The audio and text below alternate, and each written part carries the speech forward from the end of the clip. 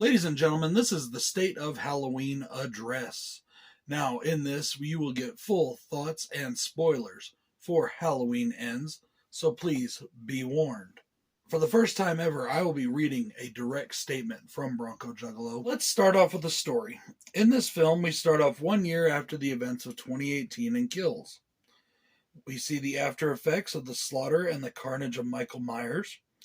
And as with Kills, this is still a story about the town of Haddonfield as a whole. We have moved past the story of Laurie and Michael, even though it is Laurie that drives the narrative. There have been so many criticisms about the choices of this film, and I wanted to start off with some of those choices. First off, we get the opening credits with Halloween 3 font and an awesome new pumpkin sequence. And yes, I still don't like Halloween 3, but I feel the influences on the story here really worked. And if you think you hate it now, some of you anyways, the original ending that really channeled Part 3 and Part 6, producer's cut, would have had you enraged to the point of no return.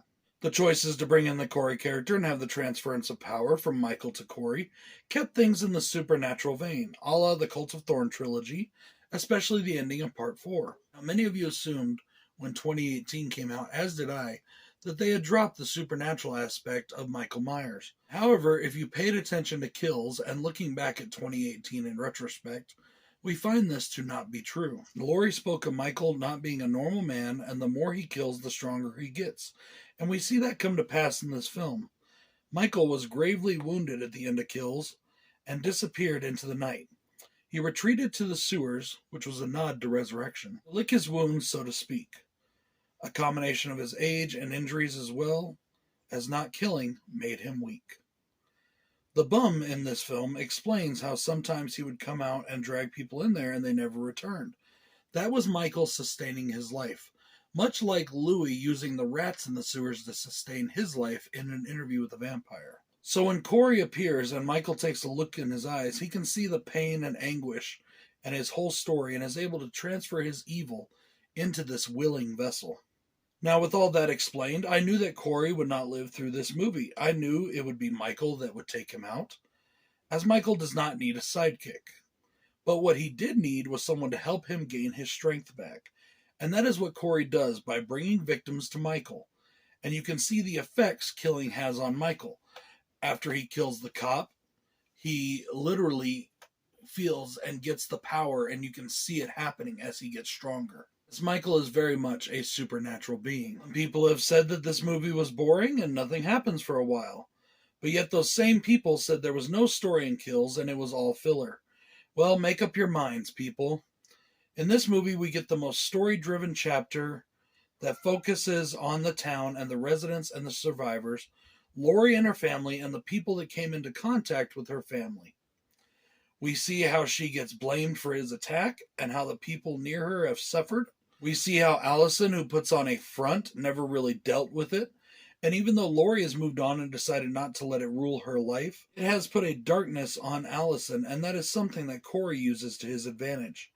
We see that even though Laurie has moved on, she is constantly dragged back into her own despair by the people that Michael affected. So I will say this about it being boring. We get the best story and true substance of any film since the original. And that is the definition of a good slow burn. So if that bores you, I'm truly sorry that you were born with no patience, and you're probably the type of person that hates reading, or that hates listening to me read.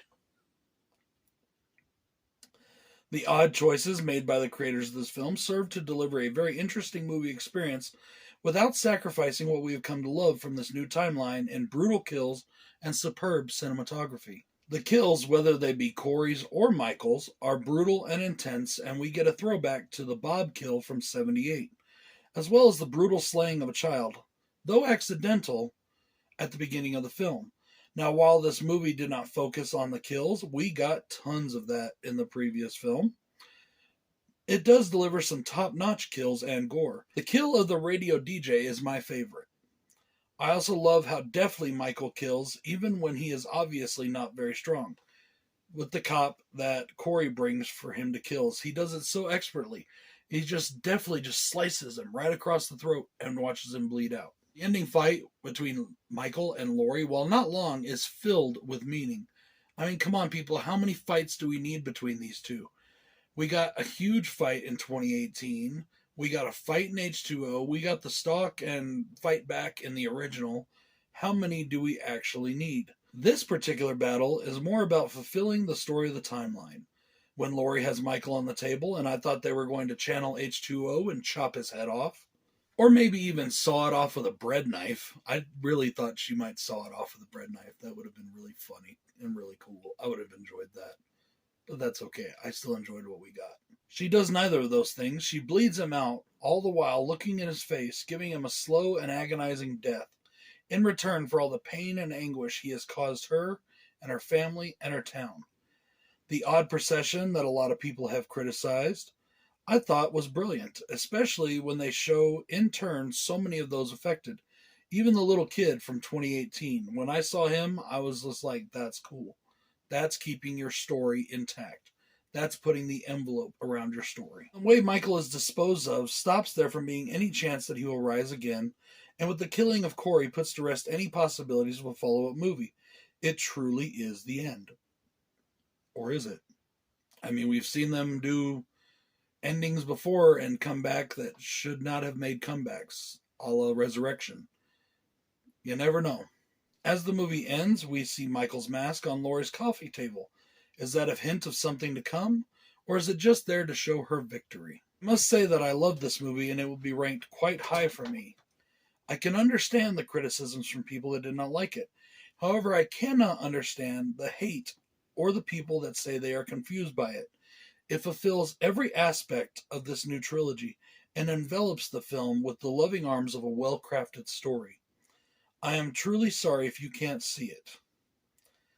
For those of you that have not yet seen the film, and you sat through all these spoilers for some reason, go into the movie with an open mind, and I definitely suggest watching 2018 and Kills prior. Its timeline from David Gordon Green encompasses and pays homage to every part of the franchise, with style and panache.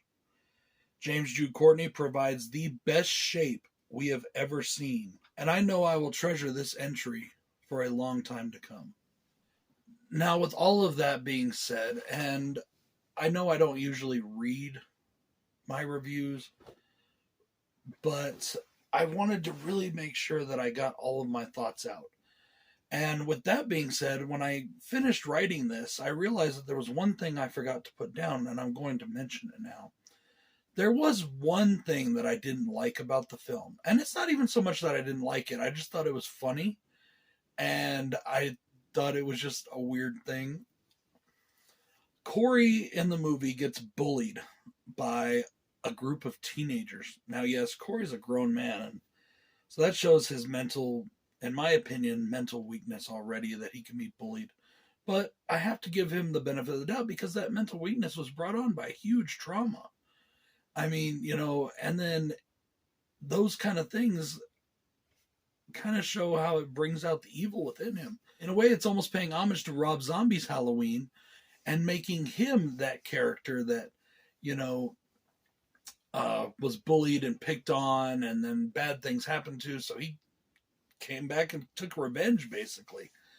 And the sequence in the junkyard is an absolute blast. People say there's no stalking and there's no running in this movie. How about the sequence in the junkyard? That whole thing was awesome.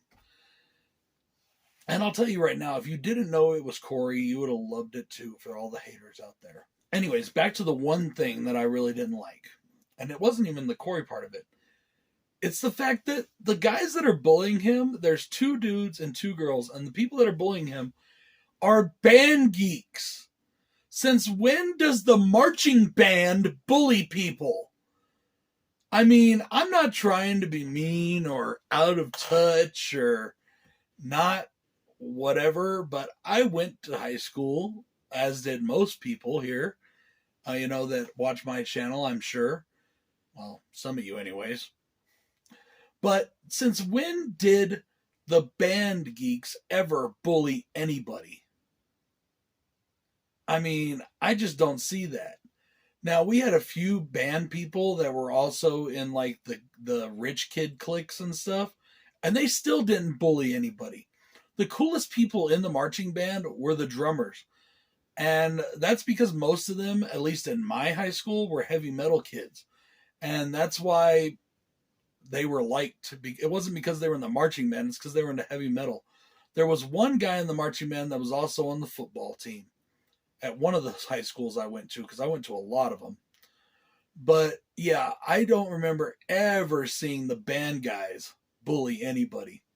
I just thought that was the weirdest thing. Couldn't you have made them football players or something? Maybe you were trying to go for the non-stereotypical. I don't know. But that was the one choice I thought was weird. Like, really weird. See how my brain works? Isn't that just fucked up? Or just absolutely retarded? I don't know. Maybe I'm just stupid. Anyways, guys, this is my full thoughts for Halloween Ends. I loved it. I hope you enjoyed it. If you didn't and you want to disagree in the comment section, please go ahead. Tell me what you think. If you want to tell me it sucked balls, that's fine too. You can tell me it sucked balls. Just don't be an asshole. All right? I'm the only one that's allowed to do that on my channel. Peace out, y'all.